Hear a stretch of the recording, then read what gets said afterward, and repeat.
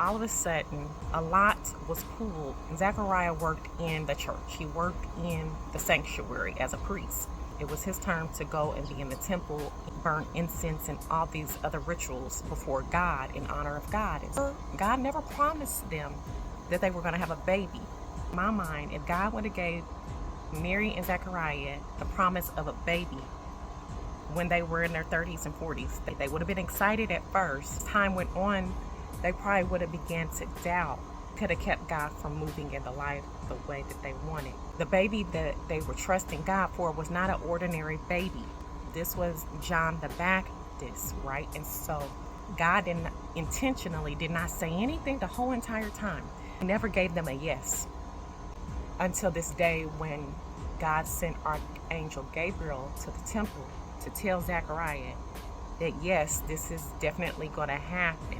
You're going to give birth to a son and you're to name him John. He is not to drink alcohol. He is to keep himself holy. He's to live a holy life because he's going to be making the way, preparing the way for the first coming of Jesus Christ.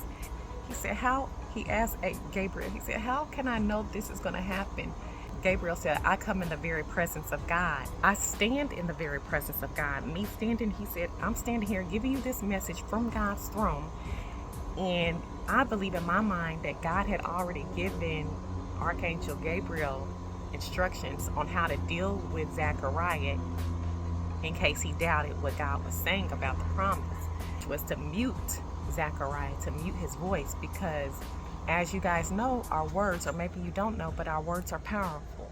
God couldn't risk it with Zachariah, so he muted Zachariah because he doubted God's promise.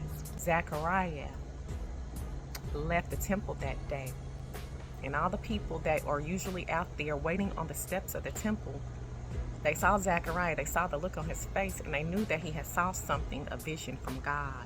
He had had some type of revelation, but he couldn't speak to them about it. The guy showed me, he said, Tasha, if I hadn't muted Zachariah's voice that day, he would have went out and he would have spewed his doubt. God didn't want to have to clean up an unnecessary mess that Zachariah was causing due to him running his mouth about something that God had told him, speaking against a promise that God had given him.